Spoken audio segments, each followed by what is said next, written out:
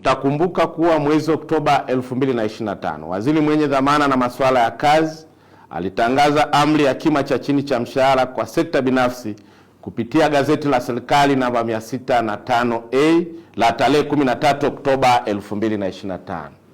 Amri hiyo imeanza kutumika rasmi tarehe 1 Januari 2026.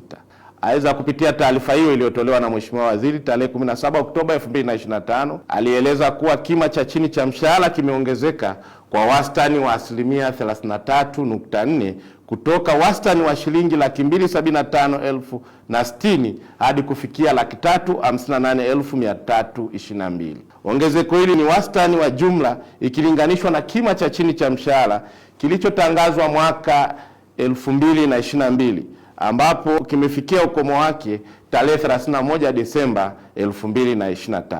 Kwa msingi huo, ni watake waajiri na wafanyakazi wa sekta binafsi kuelewa kuwa viwango hivi vya kima cha chini cha mshahara vimeainishwa kuzingatia sekta kupitia jedwali la pili la amri husika, ambapo sekta mbalimbali ikiwemo sekta ya kilimo, sekta ya afya, sekta ya mawasiliano, usafirishaji, sekta ya hoteli, madini, biashara na viwanda, shule binafsi, huduma za ulinzi binafsi, nishati, uvuvi na huduma ya baharini, michezo na utamaduni pamoja na huduma nyinginezo.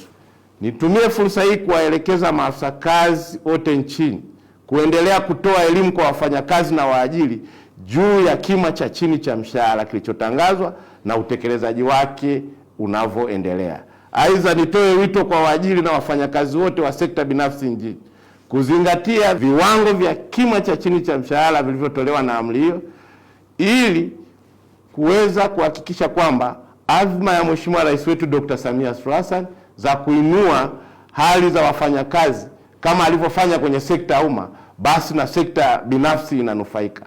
Kwani mchakato huu wa mapitio ya kima cha chini cha mshahara ulikuwa shirikishi, ambapo serikali pamoja na vyama vya wafanyakazi pia pamoja na chama cha waajiri kwa pamoja walikaa na kukubaliana, na tayari maandalizi, elimu kwa chama cha waajiri, elimu pamoja kwa vyama vya wafanyakazi litolewa.